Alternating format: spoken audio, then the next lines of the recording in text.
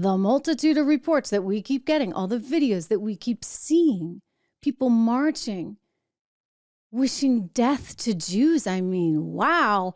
Kamala Harris, this is your response. This is what you're creating. Listen, you got to hear it. For years, Muslims in America and those perceived to be Muslim have endured a disproportionate number of hate-fueled attacks.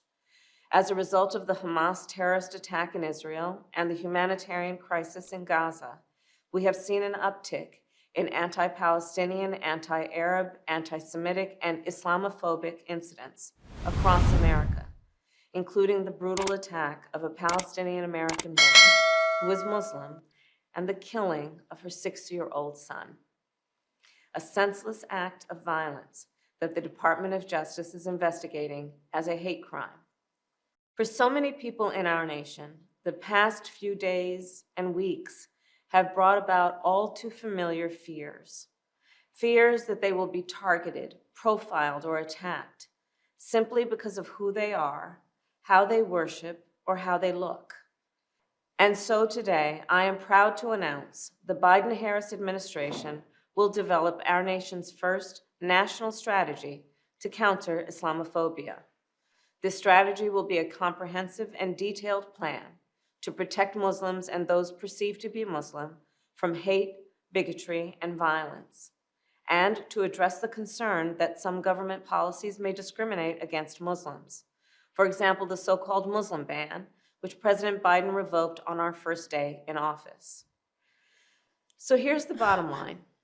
In America, no one should be made to fight hate. Is she like living on our planet? I mean, it's a serious question. Like, does she not see the news? Does she not read? Oh, I guess she gets it from Rashida Tlaib, right? Rashida Tlaib and Ilhan Omar, like, Kamala, it's really bad. Like, the Islamophobia is really bad. I'm sorry. Like, it does seem to me when you look at the rise at somewhat 300% rise in hate crimes against Jews right now.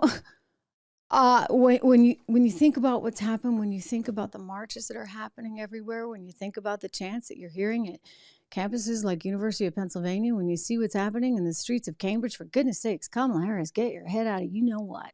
You know what, because you are, by the way, that. What an ass. Seriously. I mean, she's just, it's all politics, guys. And this is what is so disgusting, right? Like, she's just worried about, okay, well, how are we gonna do in Michigan? How are we gonna do in Minnesota? How are we gonna do with this particular demographic? How are we gonna do with black voters right now? Because black voters are on the side of the Palestinians, and Black Lives Matter has always been on the side of the Palestinians. Black Lives Matter, from its inception, has talked about how we need to wipe Israel off the face of the earth. So how is she going to court that part of the political party when the traditional Jewish Democrats are saying, whoa, and the rest of the world, thank you very much.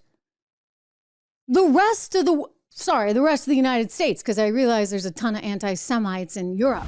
When you realize that the rest of the United States of America is disgusted and horrified, I'll tell you, you know what? This team needs to be voted out. They just have to be, guys.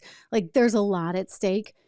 And, you know, I'm not Jewish. If I were Jewish, you think I'd vote for these people that are more concerned about creating this national entity to protect against Islamophobia when my kids are getting harassed at their university